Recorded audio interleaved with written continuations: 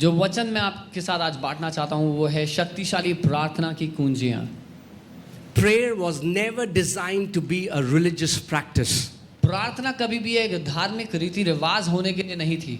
There is a revelation behind prayer. एक प्रकाशन है उसके पीछे। And if you don't catch the revelation, और अगर वो प्रकाशन आपने नहीं पकड़ा, you will be caught in the discipline of prayer rather than the delight of the prayer. तो आप प्रार्थना के अनुशासन में तो चले जाएंगे लेकिन उसके आनंद को नहीं जानेंगे। Then the only thing that will give you joy is I prayed for 4 hours, I prayed for 8 hours, I prayed for 7 days, I fasted for 40 days. तो केवल इस बात से आपको आनंद प्राप्त होगा कि मैंने 4 घंटे प्रार्थना की, मैंने 8 घंटे प्रार्थना की, मैंने 10 दिन उपवास किया, मैंने 40 दिन उपवास किया। God desires that we will receive a delight from the answers to those prayers and not by the discipline of prayer. परमेश्वर ये चाहता है, उसकी ये इच्छा है कि हम उन प्रार्थनाओं को उनका उत्तर प्राप्त करके परमेश्वर से आनंद पाए, ना कि कितने घंटे हम प्रार्थना करते हैं उस अनुशासन से।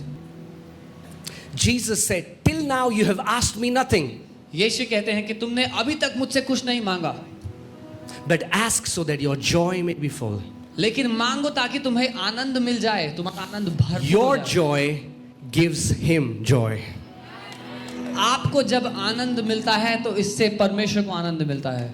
Now, when Jesus starts to teach about prayer, the first thing he says is, do not pray like the hypocrites. जब यीशु प्रार्थना के बारे में सिखाना शुरू ही करते हैं तो पहली बात कहते हैं, ढोंगियों की तरह प्रार्थना मत करो। Do not. That means hypocrites also pray. इसका मतलब ढोंगी लोग भी प्रार्थना करते हैं। But Jesus said, लेकिन यीशु ने कहा, but when you pray, he's talking to his people. He's like, you do not pray like hypocrites, but my people, when you pray, वो अपने लोगों से बात करते हुए कह रहा है, ढोंगियों की तरह प्रार्थना मत करना, लेकिन मेरे लोगों जब तुम प्रार्थना करो, when you pray, जब तुम प्रार्थना go करो, into your closet, अपने कक्ष में प्रार्थना कर pray to जाओ, your father in the secret. अपने पिता से गुप्त में प्रार्थना करो जाकर। That means you don't have to find an audience before people. इसका मतलब लोगों के, दर्शकों की आवश्यकता नहीं है आपको प्रार्थना करने के लिए। And the Father who sees in secret will reward you openly. और वो पिता जो गुप्त में आपको देखता है, सबके सामने आपको आशीष देगा। Can I tell you that the most important revelation you will ever get in the kingdom is not the blueprint of the tabernacle, but it is knowing God as a father. क्या मैं आपको बता दूं, राज्य में सबसे शक्तिशाली प्रकाशन उस तंबू का डिजाइन नहीं है, लेकिन ये जानना है कि परमेश्वर पिता आपका प्रेमी पिता है। Because you'll be having this sweet fellowship with the Father. क्योंकि ये मीठा समय है पिता के साथ जो आप बिताएंगे। Amen. Amen. So let me give you the first key तो मैं to आपको powerful prayers. पहली कुंजी दे रहा हूँ शक्तिशाली प्रार्थना की। The first key, पहली कुंजी है seeing God as a loving Father. परमेश्वर को एक प्रेमी पिता के स्वरूप में देखना। Now I know it has become such a cliche. God is my Father. मैं जानता हूँ ये बहुत कहावत जैसा हो गया यार, परमेश्वर मेरा पिता है। Yeah, I know God is my Father. हाँ, मुझे पता है परमेश्वर मेरा पिता है। Do we really believe God is our क्या Father? हम ये सच में मानते हैं कि परमेश्वर Can I हमारा पिता tell है? you that the most important revelation you will ever get in the kingdom is not the blueprint of the tabernacle, but it is knowing God as a Father. क्या मैं आपको बता दूं, राज्य में सबसे शक्तिशाली प्रकाशन उस तंबू का डिजाइन नहीं है, लेकिन ये जानना है कि परमेश्वर पिता आपका प्रेमी पिता है।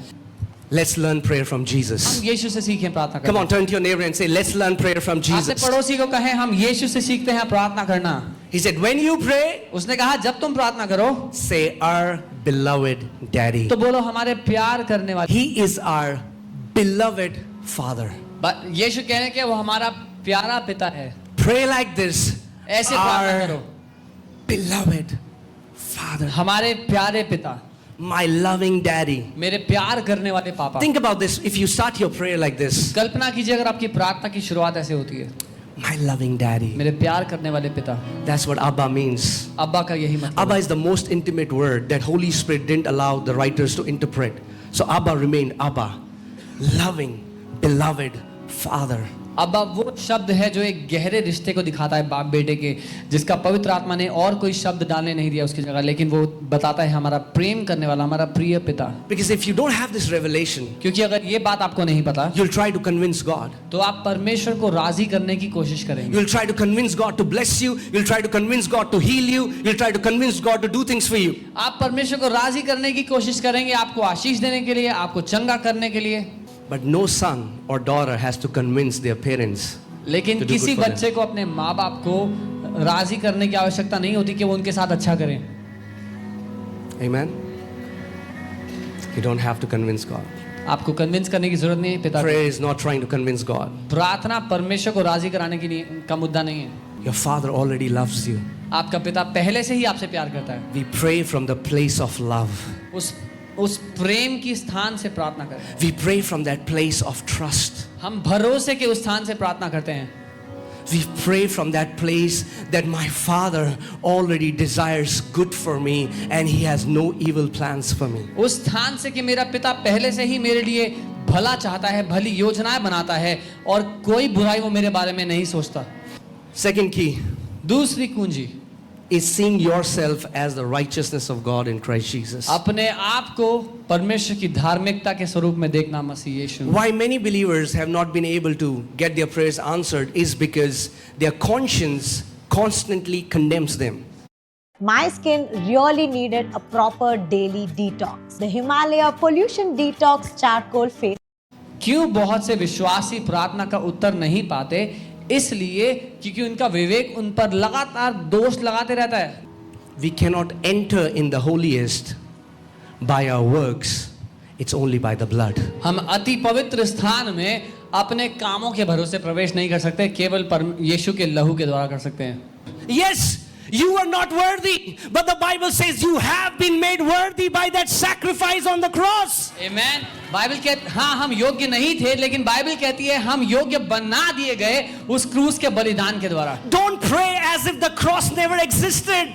ऐसे प्रार्थना ना करो कि क्रूस कभी हुआ ही नहीं. Don't pray as if Jesus never sacrificed himself for entire humanity. इसलिए ऐसे प्रार्थना ना करो कि यीशु ने कभी अपने आप को बलिदान किया ही नहीं मनुष्य जाति के लिए. But this pulpit is not in Mount Sinai. This pulpit is in Mount Zion. And I want to tell you, you are righteous. You are holy. You are accepted in the beloved. You are God's beloved sons and daughters. And He is pleased in you. लेकिन ये pulpit Sinai पर्वत पर नहीं, लेकिन सियोन पर्वत पर रखा है. इसीलिए मैं आपको बताना चाहता हूं, आप पापी नहीं, आप धर्मी हैं. आप परमेश्वर की धार्मिकता है मसीह यीशु में. आप उसके प्रिय बेटे, उसकी बेटी हैं. And now he says, do you not know? Because many people don't know.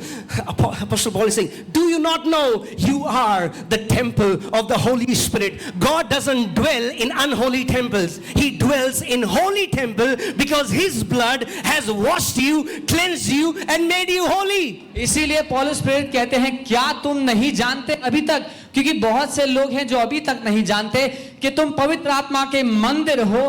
पवित्र आत्मा अपवित्र जगहों पर नहीं, लेकिन पवित्र मंदिरों में रहता है. इसीलिए वो आपके अंदर उंडेला गया है.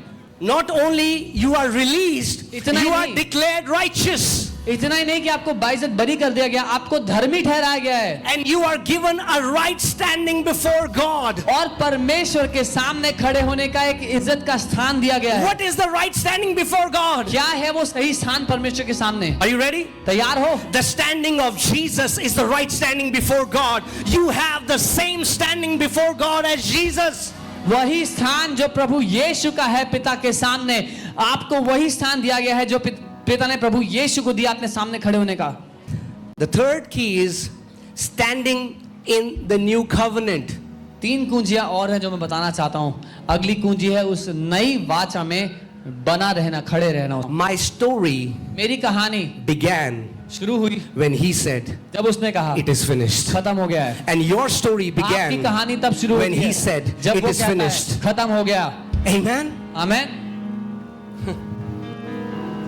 The new covenant is not about do it. The new covenant is it is done. It's a declaration that God has fulfilled what man wasn't able to do it.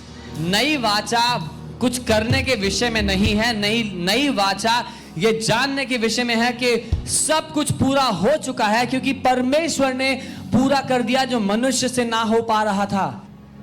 If you carry a servant mentality, अब अगर आप एक दास की मानसिकता लेकर जीते हैं, you'll try to earn what already belongs to you. तो कमाने की कोशिश करेंगे जो परमेश्वर ने मुफ्त में आपको पहले ही दे दिया है।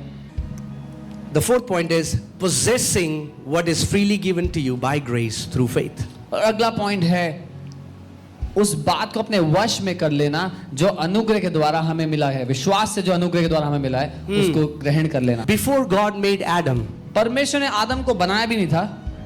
before Adam was created, God made sure that there are all provisions. इससे पहले कि परमेश्वर आदम को बनाता, परमेश्वर ने सब कुछ बना दिया था उसके लिए। One key of answered prayer is एक you चाबी- should know before you have a need, there is already a provision. आपको ये पता होना चाहिए इससे पहले कि आपको पता लगे कि आपकी कोई जरूरत है, परमेश्वर ने उसके लिए पहले से ही पूरा कर दिया है। Can I say this? क्या मैं कह सकता There हूं? is no need that you have that God has not made provision for already. आपकी ऐसी कोई जरूरत नहीं है जिसके लिए परमेश्वर ने पहले से ही सब कुछ पूरा नहीं कर So दिया। if you need healing, तो अगर आपको चंगाई the चाहिए, healing is provided. चंगाई दे दी गई है। If you need peace, अगर शांति चाहिए, peace is provided. शांति दे दी गई है। If you need a provision, अगर जिंदगी में कुछ पूरा करने के लिए चाहिए, provision is provided. तो वो आपको दे दिया गया है। So you're not trying to convince God that He will provide for you. Now prayer is you're stretching your hand of faith and you're receiving what God has already provided in His Son. तो अब आप प्रार्थना इसलिए नहीं कर रहे कि आप परमेश्वर को जानकारी दें कि आपकी जरूरत क्या है। अब आप प्रार्थना इसलिए कर रहे हैं क्योंकि पिता ने पहले से ही वो पूरा कर दिया अपने पुत्र के द्वारा आपके लिए। But how do you receive it? Through the knowledge, the Bible says, through the knowledge of Him. पर आप कैसे वो सब ग्रहण करते हैं? उसको जानने के द्वारा। Many people, and this does not mean head knowledge, it means revelation और knowledge. ये ज्ञान दिमागी ज्ञान नहीं है, ये प्रकाशन है। So that means when you get this revelation knowledge that in Christ God has already given you all things, you stop begging and you start partnering with Him and you start saying what He says. मतलब जब मसीह में आपको कुछ चाहिए तो आप भीख मांगना बंद करें, लेकिन आप विश्वास करें जो उसने पहले ही आपको दे दिया उस पर। So last key, आखिरी कुंजी आज, one of the most powerful way of prayer is speaking and declaring of God. सबसे शक्तिशाली तरीका है प्रार्थना का परमेश्वर के वचन को बोलना, उसकी घोषणा करना। Let's see what the Bible हम says. देखते हैं वचन क्या कहता है। Philemon 1:6. फिलिमन 1:6 That the sharing of your faith may become effective by the acknowledgement of every good thing which is in you in Christ Jesus. मैं प्रार्थना करता हूं कि विश्वास में तेरा सहभागी होना तुम्हारी सारी भलाई की पहचान में मसीह के लिए प्रभावशाली हो। What do we keep acknowledging? हम क्या मानते हैं अपने बारे में? No, what do we keep acknowledging in prayer? हम प्रार्थना में क्या कहते रहते हैं? Our weaknesses. अपनी कमजोरियां। I'm not like this. मैं ऐसा नहीं I'm हूं, not like that. मैं वैसा नहीं I don't हूं, have this. मेरे पास ये This नहीं है, man. मेरे पास वो The नहीं। Bible is saying your Bible कह रही है। faith will become effective. Bible कह रही है आपका विश्वास तब कार्यशील बनेगा। This word effective comes from the Greek word ergonomic. ये जो शब्द है इफेक्टिव अर्गोनॉमिक शब्द से आता है। That यूनानी। means to send to work. इसका मतलब है काम पे भेजना। The Bible is saying Bible कह रही है when you acknowledge जब आप मान लेते हैं every good thing हर एक अच्छी बात that is in you जो आपके अंदर है in Christ Jesus, मसीह में, your faith has to go to work. आपका विश्वास काम पे लग जाता है।